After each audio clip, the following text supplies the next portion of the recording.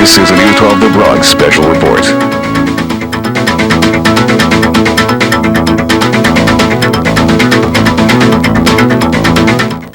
Welcome to our special second anniversary edition of News 12 The Bronx. I'm Kevin McCabe. A little later on in the show, Victoria Mondezaire will join us to be followed by News 12's George Estevez. It was back on June 22nd, 1998 when we first hit the Bronx airwaves. To celebrate our second year on the air, we've put together a special one-hour show that looks back at the stories that have made an impact on our borough. We'll take a look back at everything from education to politics, and we'll even poke a little fun at ourselves with a look at some News 12 bloopers. Here's a look at what you can expect to see in our first half hour. We'll start off with a look at how News 12 started, to be followed by a recap of some stories from your neighborhoods that have made headlines in the last year. We'll cap off the first half of the show with a recap of the major court cases and crime stories that News 12 has followed over the past year. We'll be covering all these and a lot more for you in this hour, but we'll start with a look at how News 12 The Bronx came to be in the first place. News 12's Tanya Valle has a look back at the beginnings of News 12 The Bronx. The Bronx was once considered the forgotten borough of New York City. Whenever the borough was in the news, it was usually because of bad news. People getting killed, drugs, and, a lot of accidents. This left a door wide open for News 12 The Bronx to change the way the borough is portrayed. News 12 The Bronx is going to make a huge difference in the lives of Bronx residents. For the first time, they'll be able to get information on everything from their politicians to their taxes to their schools and so much more. News 12 The Bronx is the brainchild of Chuck and his son Pat Dolan, owners of Cablevision. The station's launch 2 years ago was welcomed by leaders and, most importantly, residents. Welcome News 12 to the Bronx! Welcome News 12. Welcome News 12. It's great to have you in the Bronx. Since then, News 12 has covered all the stories affecting the borough, everything from breaking news to the borough's revitalization through business, community development, and residents and leaders working to make the borough better. I love the Bronx. I'm born and bred right here. This is my home. The Bronx has really become a nationwide example of how you can turn a community around. News Director Camilo Pombo oversees News 12 The Bronx. Mr. Pombo makes sure the entire operation of News 12, from planning to technical to talent, comes together to deliver nothing but the news. The station is committed to being the #1 choice for Bronxites. We work, you work, all of us work really hard, but the truth of the matter is that we owe that 60% of that achievement we owe to the community, to the people of the Bronx, because they have embraced us as their own, and that's the bottom line of that achievement. In the 2 years News 12 The Bronx has been up and running, the station has received a number of awards, but perhaps the highest honor for News 12 The Bronx is being rated #1 for news among Bronxites.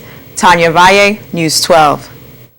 There's one word to describe the concept and the vision of News 12. It has to be the word community. Stories that have an impact on your neighborhoods. Stories that you won't find on any other news station. It's what we're here to provide. With a look back at some of those stories we've covered for you during our second year on the air, here's News 12's Michelle Sievers. There were many things that Bronxites took a stand on this year. Some of the most heated debates were what to do with the Kingsbridge Armory. Many in the community believe it should be a center for schooling, an after-school safe haven for Bronx kids. So when Mayor Giuliani proposed to make it a multiplex entertainment center, Bronxites spoke out. What do we want? More schools! What do we want? No! Those plans for the Armory faced a snag, and what to do is still in debate. Another change that some would not take lying down was the potential of a water filtration plant in the borough. The mayor chose part of Mashulu Golf Course as the site for a 30-acre plant, and many community activists chose again to disagree. Getting out of Van Cortlandt Park.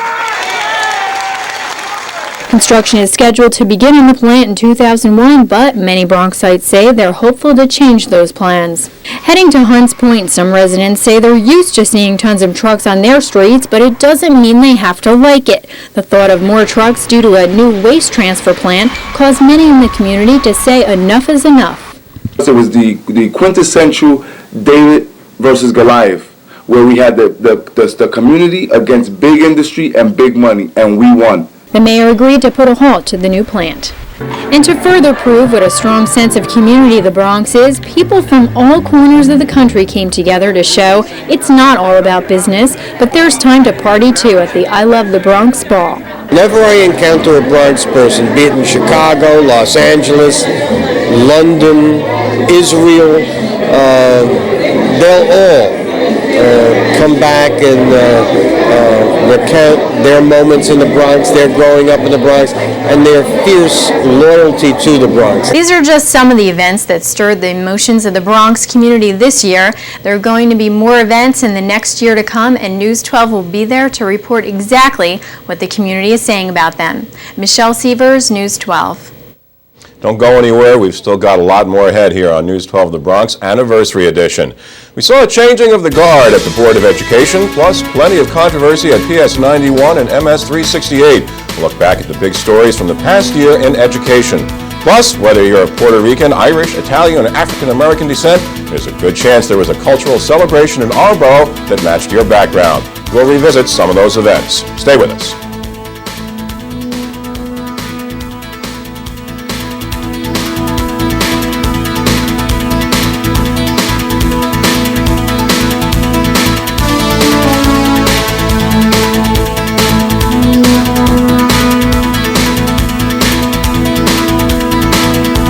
Working here at News 12 The Bronx, I've learned how much we can affect the way the borough is looked at. I'm glad I'm here because we show all the good things that are going on, not just the bad.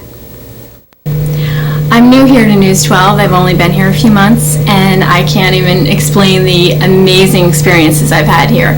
Between the staff and going out on the Bronx streets and meeting these people, it blows me away every day. I love coming to work.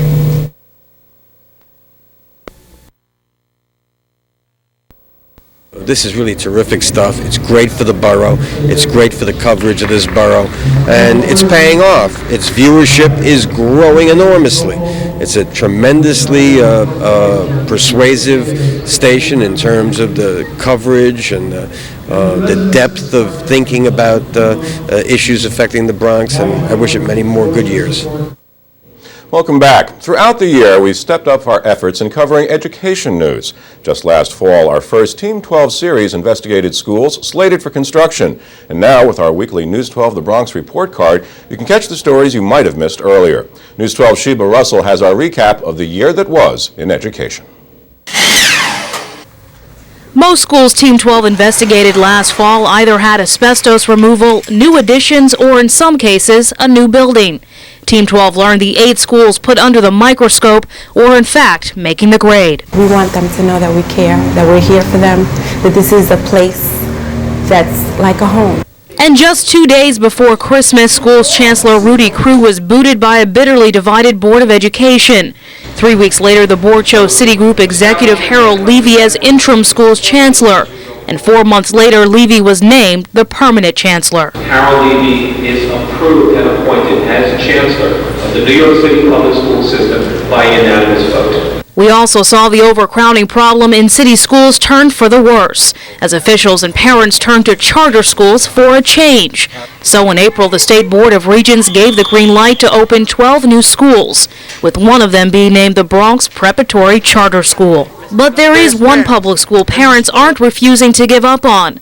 Members of the Coalition to Save PS 31 have been fighting for months to get their school reopened. The city landmark has been undergoing renovations for 2 years. Meanwhile, the School Construction Authority insists it should be demolished. School Construction Authority, for whatever reason, deems that it's a waste of money and they'd rather build us a state-of-the-art school. Another school issue sparking controversy, the proposed plan to build MS 368 in Kingsbridge. 2 school board 10 members say the board wants to build the school in the mostly minority area, just to keep Riverdale schools predominantly white. Parents are also concerned with the site where officials want to build, as toxic levels of lead dust were found in the neighboring school's air ducts. As News 12 heads into our 3rd year, expect to hear more on PS 31 and MS 368, along with other educational issues affecting us and our borough. With a look back at this year in education, I'm Sheba Russell. The Bronx has long been a hub of immigrant groups, from the beginning of the Industrial Revolution to the present. News 12's Claudia DeCampo tells us about many of the cultural groups of the borough. The Bronx has long been a place of multiculturalism. The beginning days of industry brought diverse ethnic groups to the borough. And today, those long-established communities celebrate their struggles and accomplishments while welcoming the newer residents. Always making sure that our children know their culture. Religious faith, long the backbone of many communities, still thrives in the borough. The large Jewish population of the North Bronx remembers and honors their own, while the Irish keep their culture alive through music and dance. It's about where we came from and what we love to hold on to our heritage. Not far behind in their joy for celebration are many African-inspired groups.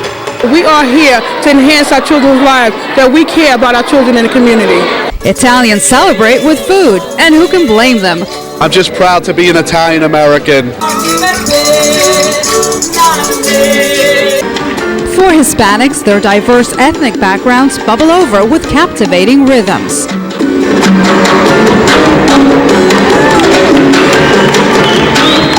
It's a recognition that it's not just for myself personally, but that we've been doing some good things over the years. While most immigrant groups have moved to different parts of the borough over the years, one thing remains constant: keeping their culture alive. From east to west, from north to south, the borough celebrates the established and now the new faces calling the Bronx home. And that's a look at culture. I'm Claudia Docampo, News 12. Thank you, Claudia. I'm here in the newsroom. This is where the reporters put their packages together. What you see at home on your screen is the actual story from out in the streets of the Bronx, and also the anchor person. But here is where we put those packages and stories together. Reporters get their assignments from the assignment desk, go out and cover it. They'll come back to their workstation here, put it together on their computer and write it. Then after it's approved, the reporter will sit down at an editor and put it together. And what you're seeing right now is a package that will be aired on our program. Let's go right now to you in the studio, Victoria. Thanks, Kevin. Well, we've still got much more ahead for you on this anniversary edition of News 12. After the break, we'll reintroduce you to a few of the borough's unique personalities and retell some of those heartwarming stories. So keep it here to News 12, your 24-hour source for local news.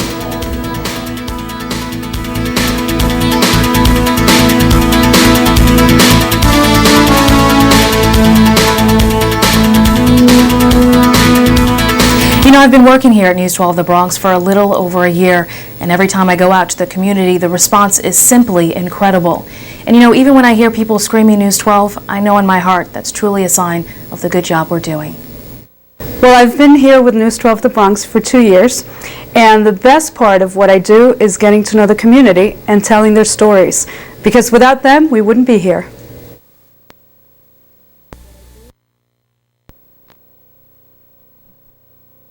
Watch them? Occasionally. What do you think? Occasionally. It's not a bad station. I mean, fill out the stuff it's on. Yeah. Welcome back, everyone. Well, throughout the course of our first 2 years on air, we've told some heartwarming stories, and we've introduced you to a number of unique personalities from our borough.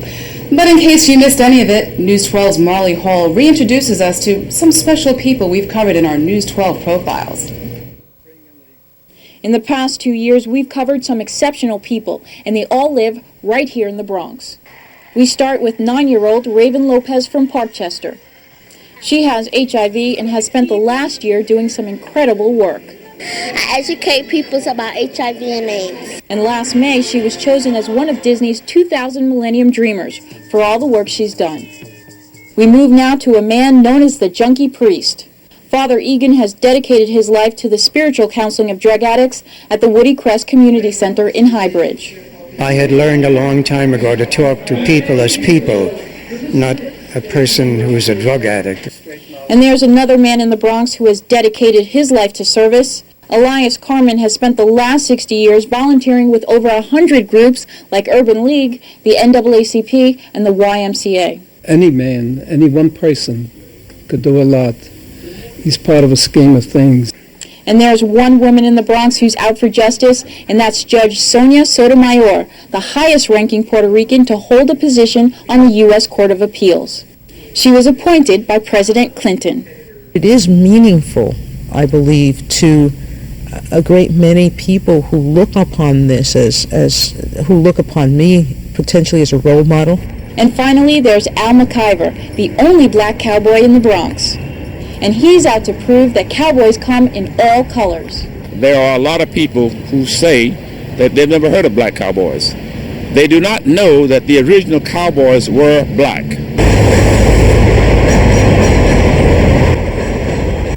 These outstanding people from the Bronx come in all ages, all races, and from all walks of life. But one thing they have in common is the fact that they make this borough great. I'm Marley Hall, News 12. Coming up in a few minutes here on the News 12 The Bronx Anniversary Edition, we'll go behind the scenes to take a look at where it all starts, the News 12 Assignment Desk. Plus, with high-profile cases like the Amadou Diallo shooting, there's no question that police-community relations was a hot topic the past year here in the Bronx. We'll revisit some of the stories that made headlines during our second year on air. And we'll also take a look back at some of the major crime stories and court cases that News 12 has followed for you. So keep it here.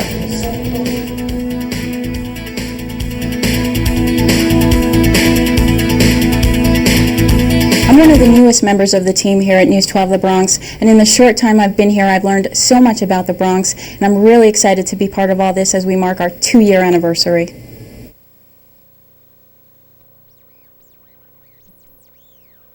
News 12 is fantastic. I love News 12. Happy birthday, News 12, and I wish you all the best, and I wish you 200 years to go.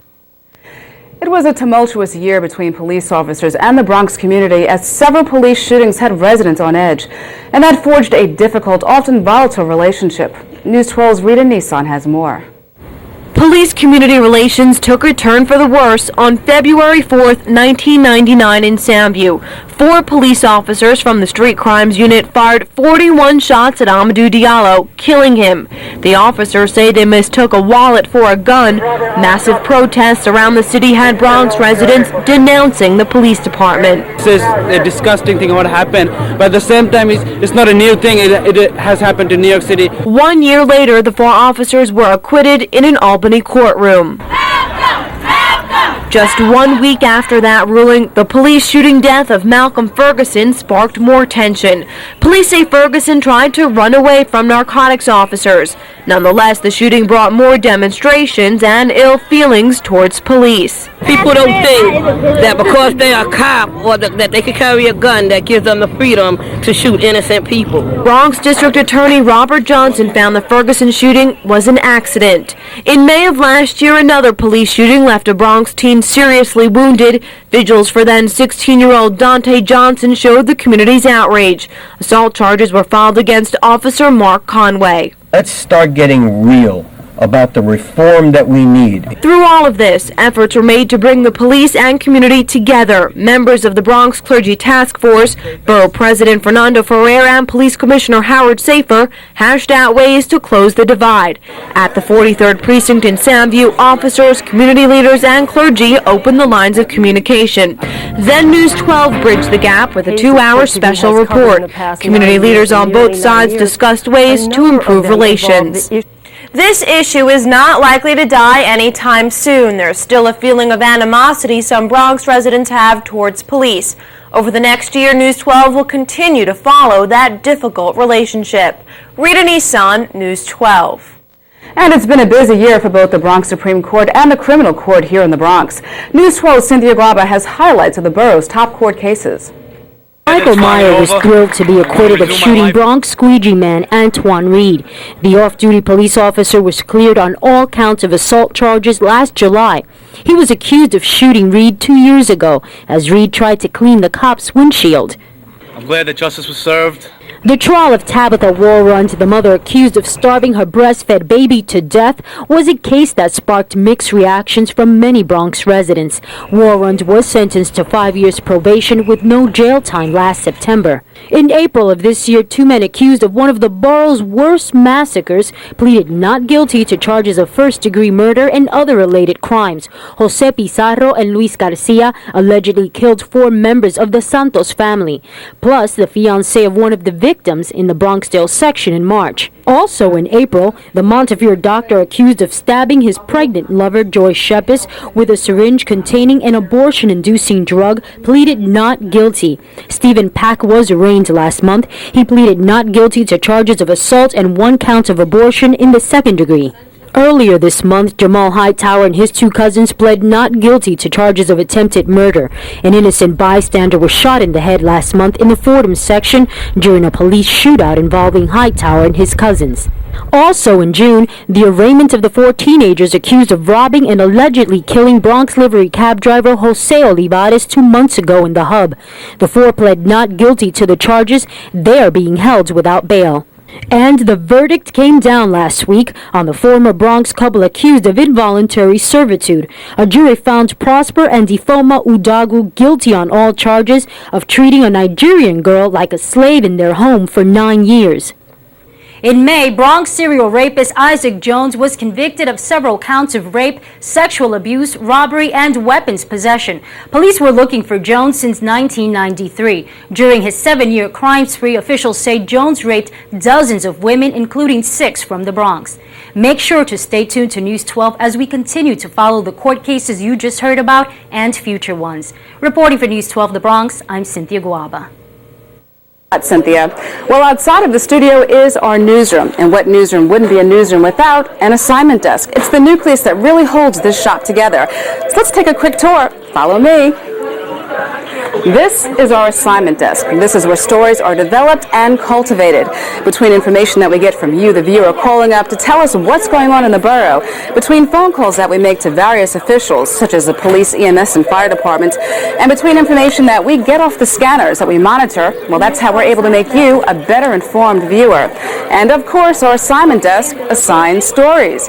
Here is a look at our storyboard. Here you see listed all of the reporters and shooters that work for News 12 The Bronx and the various events that are happening on the streets of the borough that we're hustling to get to make you more informed. So that is a quick look at our assignment desk and really what holds this shop together. But stay with us because coming up at 35 minutes after, we're going to take a look at sports, followed by politics. And then at 41 minutes after, a look at local business, followed by a behind-the-scenes look at what's happening at News 12 The Bronx. Then at 48 minutes after, we're going to take a look at what's happening with our own Chauncey Howell. Then, some never-before scenes of News 12 The Bronx bloopers. So stay with us. But before we go, let's go over to our own News 12's Ed Benjamin, who's got sports. Thanks, Victoria. It's been an exciting second year of sports here in the Bronx at News 12. In high school, college, and beyond, so many great games and matches and races. We count down the top 10 sports stories from the Bronx next on the News 12 Anniversary Edition.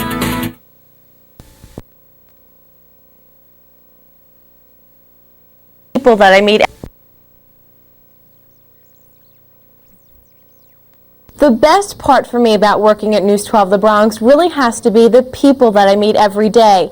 People, they open their lives for me, they share their stories, invite me into their homes, and at the end of the day, it's rewarding to know that I can put a story together that actually really makes a difference in their lives.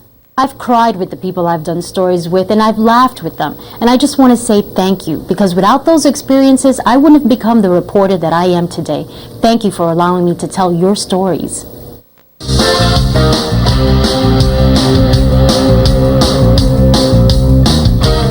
How do you put a full year of sport into just a few minutes? Well, you can't. But what you can do is make up a top 10 list.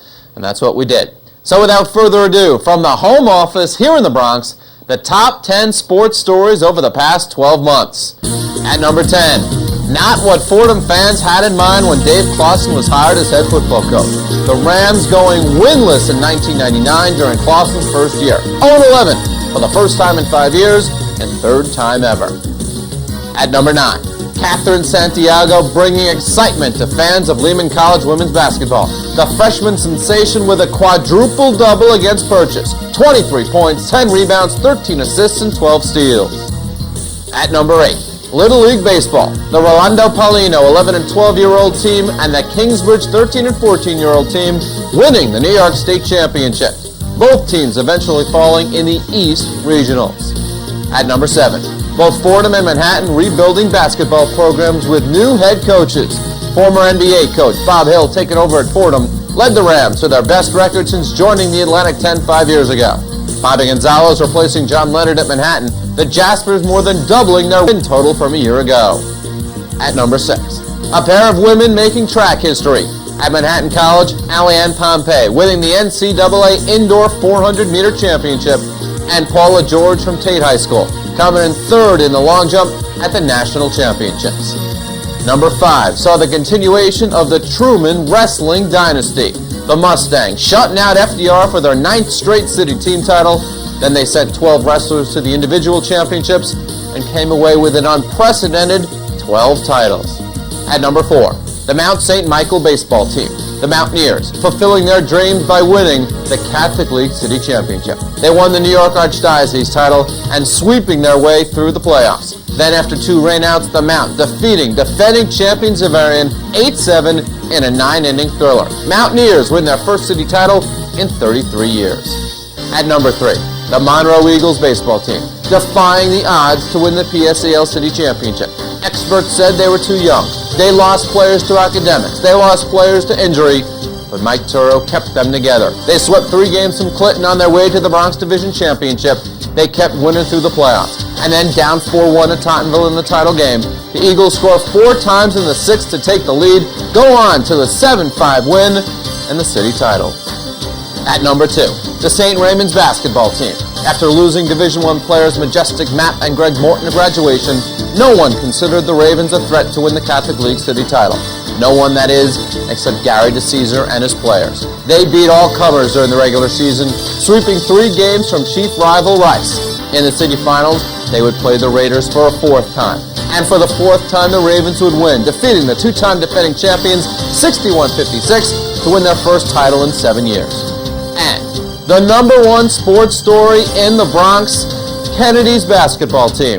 After losing in the city finals a year ago, the Knights set one goal: to get back to the title game and win it.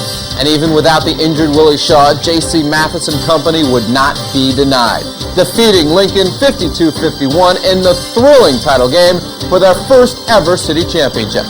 They would go on to revenge an earlier defeat to St. Raymond's by defeating the Ravens 52-49 in the Federation Tournament. Kennedy, your true New York City champion. And there you have it, the top 10 sports stories during year 2 of News 12 The Bronx. Who knows what's going to happen during year 3?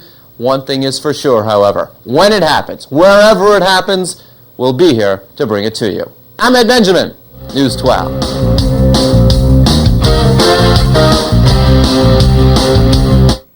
Thanks a lot, Ed. Well, coming up after this short break on News 12, the Bronx's anniversary edition, it's a look back at the major events in the world of politics and business here in the Bronx. It was an eventful year in the world of politics. We'll recap the major political moves that have had an impact on our hometown. And for the most part, business has been booming here in the Bronx. We'll show you how we did it. So keep it here on News 12 The Bronx, your 24-hour source for local news. We're closer to you. You know, some of the best athletes in the entire country come from right here in the Bronx. And what I get to do is watch them grow from high school stars to professional superstars. And that's just a pleasure. I was born and raised here in the Bronx, and it's an honor and a privilege to cover the teams we all know and love, from the college ranks to the PSAL to the Catholic League.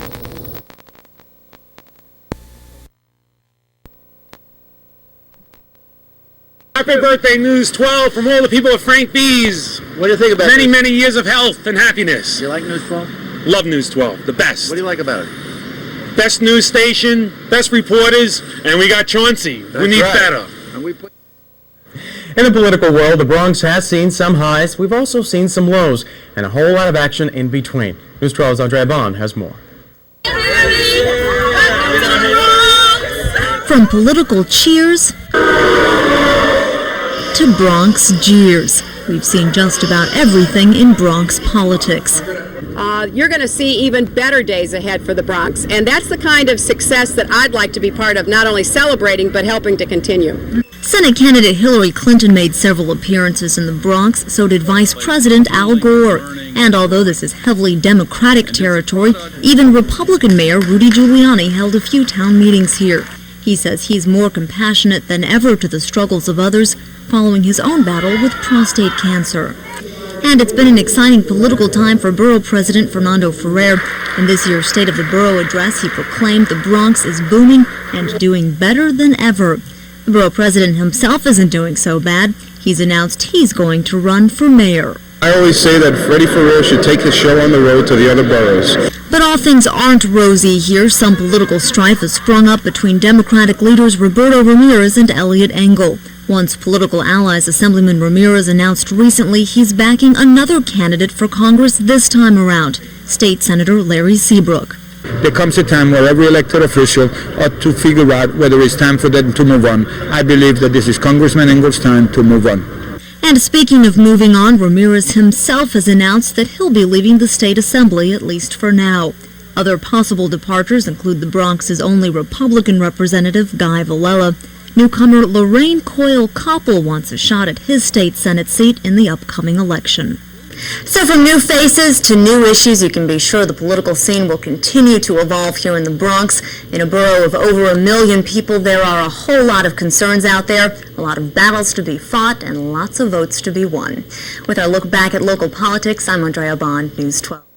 Andrea, thank you. Well, the past year has also seen the borough's current economic upswing continue as a number of new businesses came to town and some staples of Bronx businesses celebrated some landmarks in longevity. News 12's Andrew Whitman takes a look back. Business is booming in the Bronx. Just ask the owners of Wishnatski and Nethel produce wholesalers. In the last year, they moved into a workspace 35 times larger than their old one in Hunts Point. All thanks to the Bronx Overall Economic Development Corporation, or BOEDC. The BOEDC helped us out. They gave us a favorable financing, which enabled us to buy 25,000 more square feet in operating space. So we're able to get into different lines of fruits, and we increased our employee base for about 50%. More business means more mail, and post office access was a big issue this past year. In Highbridge, residents lobbied the Postmaster General in Washington for a new facility, sharing tales of how poor mail service has hurt them. I filled out a complaint form. I figured it would change. No, I still get misdelivered mail. I get mail from other people. I live on Woodcrest. This is from Anderson. In May, a salute to some of the borough's oldest and best-known businesses. More than 75 Bronx establishments have been around 75 years or more. Most are in Little Italy in the Belmont section. And to make sure they stay here, the BOEDC held a small business seminar on fire prevention. Experts stress the importance of proper permits, the dangers of taking shortcuts during construction, and any other tips any business owner should know. Research the type of business they're going into and get the proper information. And this could be secured through architects, engineers, and expediters, and all the city agencies.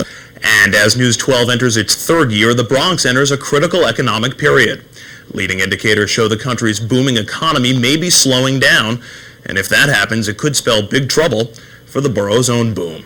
With a look back at the year in Bronx business, I'm Andrew Whitman. Andrew, thank you. Well, still ahead here on our second half hour of the News 12 The Bronx Anniversary Edition. What would our News 12 The Bronx Anniversary show be without Chauncey Howell? You'll see him next. Plus, it's time to meet some of the people on the other side of the camera. We'll introduce you to the members of the News 12 team who work behind the scenes. All that when our Anniversary Edition continues. Stay with us. Well, the past 2 years have been absolutely wonderful here in the Bronx. I've been able to see so many different places, experience so many different kinds of cultures, and learn from so many different kinds of people. It's made me not only a better journalist, but a better person as well. I'm doing this report up on Fordham Road, and there's about 24 people gather around me, and, well, I flub my line. Well, somebody screams out from the crowd, "Don't worry, you'll get him next time." And I realize that's the kind of encouragement you get from friends and family. That's pretty much the way I feel about the station and the borough. Friends and family.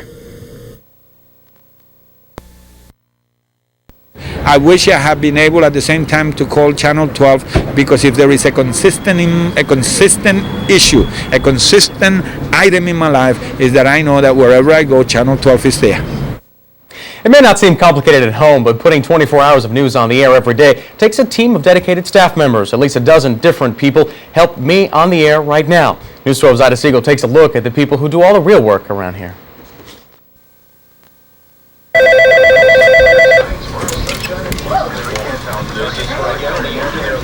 Good afternoon, News 12 assignment desk. How can I help you? News 12, Mr. Camilo Pombo's office. How may I help you? In 5, 4, 3, 2, 1, and cue. You're watching Emmy Award winner News 12 The Bronx. It all starts with the stories. At News 12 The Bronx, our approach to news is simple. We report the stories that impact, affect, and involve the people of our borough. But a good story needs more than just a good reporter. Something will crash or something will happen, and we have to get it fixed right away. We have to get it on the air so that they can see it right away. And we get the stories on the air in a rather unique way. Other news stations are primarily relying on human beings operating equipment. We're relying on one person and a computer-assisted program called Parker Vision. Simon Benjamin.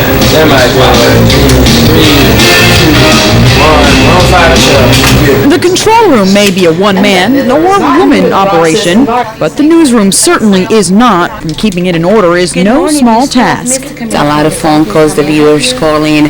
I'm trying to please the viewers, the vendors, and also the staff of News 12 The Bronx. But of course, the boss has the final say in our newsroom. News director Camilo Pombo Sáenz runs a tight ship, but with a fatherly smile. I get to see these new people grow up. I see them go, and they break my heart when they leave, but it's wonderful to see them grow. We certainly have grown these last 2 years. Now there are just about 40 employees at News 12, many of whom we didn't get a chance to show you. But just remember the faces you did see in this story when you're at home watching one of us on television, because we owe it all to them. Ida Siegel, News 12. Well, a one-hour anniversary special just wouldn't seem complete without Chauncey Howell. He's been with us for the past year, and he definitely adds some color to our newscasts. So we had Chauncey hit the streets to find out what people had to say about our second birthday.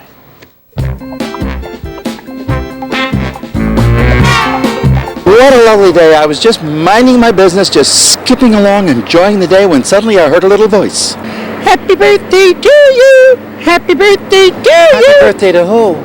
Oh, News 12. Yes, happy birthday, News 12. It's 2 years old, News 12. Hey, it's your birthday. Happy birthday to you.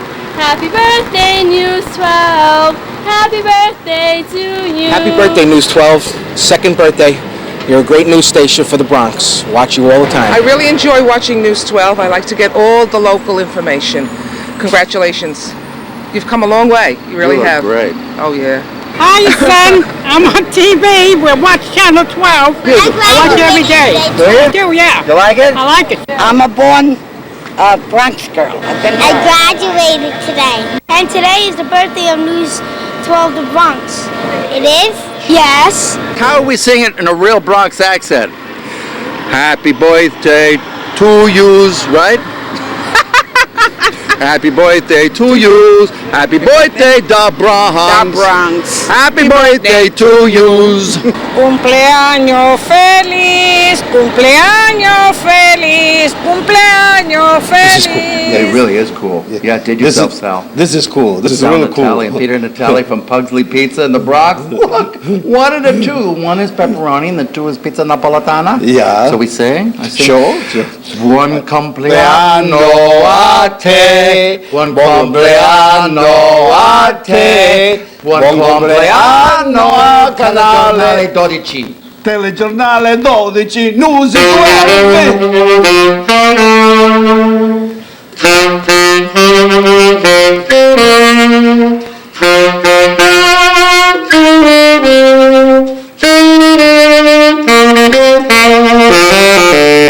Blow it out before it burns my fingers. Did you make a wish? Did you make a wish, Chauncey, on News 12 The Bronx? Did you make a wish? Yes. What did you wish for? Did you wish what I told you to wish for? I don't really want to tell you. What did you wish for? I don't want to tell you. I told you to wish for what? What? Get a raise. Did I get a raise? Happy birthday to me. Thank you, Chauncey, for that unique look at our second anniversary. Now we're going to do something we promised that we would do earlier, which is take you inside the control room for your final tour of News 12 The Bronx. Let's pop right in here. This is where it all happens, the hub, all the technical stuff. This is the place you definitely want to be. These are the people that work in here. We're going to start this way and take you to one of our weathercasters. Jim, how's it going? Very good. He gives us the weather in the morning, in the evening, at night, all sorts of stuff. How's the weekend looking? Very good right now. Good to hear that. Now we're going to take you over this way. That's all the computers and everything. Now we're going to take you back this way. A big part of news and a newscast is graphics. You need graphics to help you explain things, and we have graphic artists is one of them right here. Fonso, how's things going? Everything's in order, Jim. Everything's in order? Good stuff. Look at that. Serious man. Loves his job. All right, moving over here. This is where a lot of the good stuff happens. This is all the decks and all the keyboards and the tape operators and everything kind of just hangs out here. All these buttons you see here, very technical. Lots of stuff involved. And one of the people that knows everything about all this stuff is Margarita here. She's one of our directors. Show's going well so far? Yep, everything's going great. Glad to hear it. Popping over here, this is one of our producers. How much time do I have? You got 15 seconds. His name is Daniel. He's the big boss. He tells me what to do, so I have to listen to him. I got 15 seconds, 10 seconds now. It means I got to toss to break. Coming up after the break, bloopers, the stuff we don't show you, stuff you're going to want to stick around for, so keep it here. You're watching News 12 The Bronx. We'll be right back. I think one of the things I like the best is the reception I get when I'm out in the field on a story. You know, I think when people see the 12 on the microphone, they're thinking, now there's someone from the Bronx, and that person's on my side. I asked a guy at Throgzink, how do you spell it, with one G or two, and he said it's spelled T-H-R-O-G-G apostrophe S, Trogznik. And I said, what happened to the H? And he said, I guess it got caught in my throat. Wasn't that clever? I mean, these people are smart. They live in the Bronx. God bless the Bronx.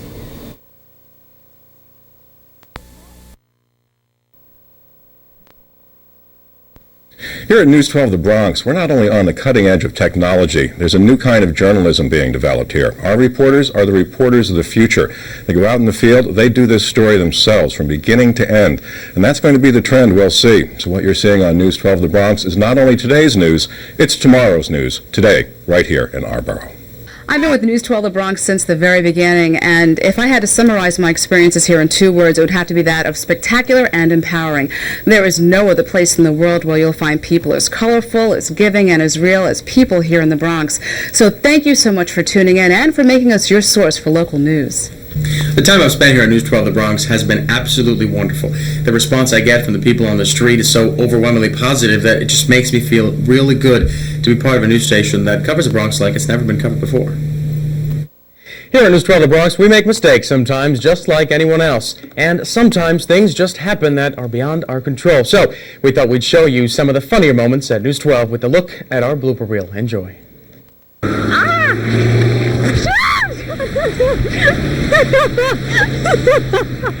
was out there with the umbrella.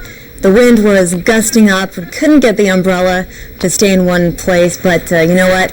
We got through it eventually. Oh man, this was a sad Thanksgiving. Right now, let's go back to Jessica Borg, who is standing by also in the East Bronx. Jessica.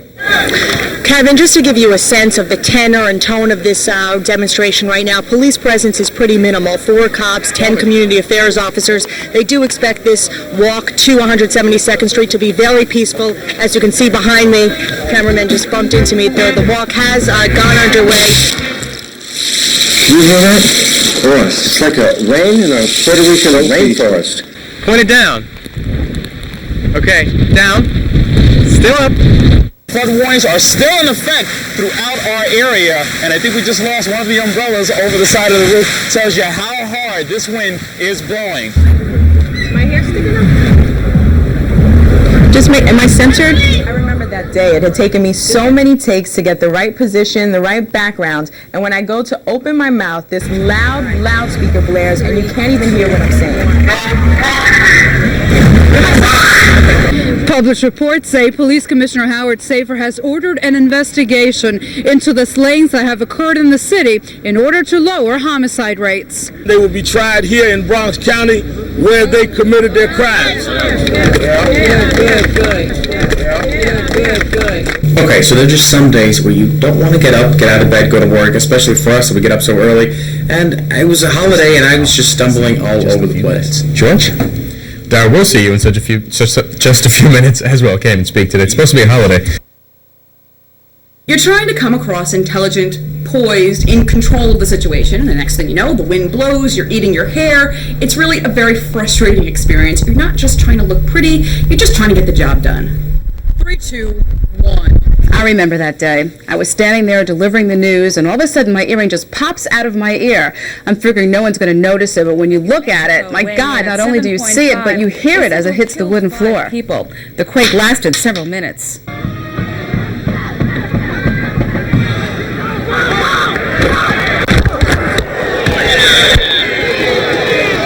You're watching News 12, The Bronx. Welcome back, everyone. We'd like to thank you for joining us on our special 1-hour second anniversary show. We hope you've enjoyed our look back at some of the stories that we've covered for you. Throughout the last year, we've all grown as a group and as a family, and we're also very proud and happy to be a part of a team that served our borough with local news 24 hours a day, 7 days a week. And on behalf of the entire News 12 team, we'd like to sincerely thank you, our viewers, for making News 12 The Bronx what it has become today. Without your constant support, we wouldn't have been able to grow to the point where we are today. We look forward to staying on top of the stories that matter most to you for years to come. Thanks again for joining us. I'm George Estevez. And I'm Victoria Mondesir. I'm Kevin McCabe. As always, more news from around the borough is just 2 minutes away. Take care, everyone.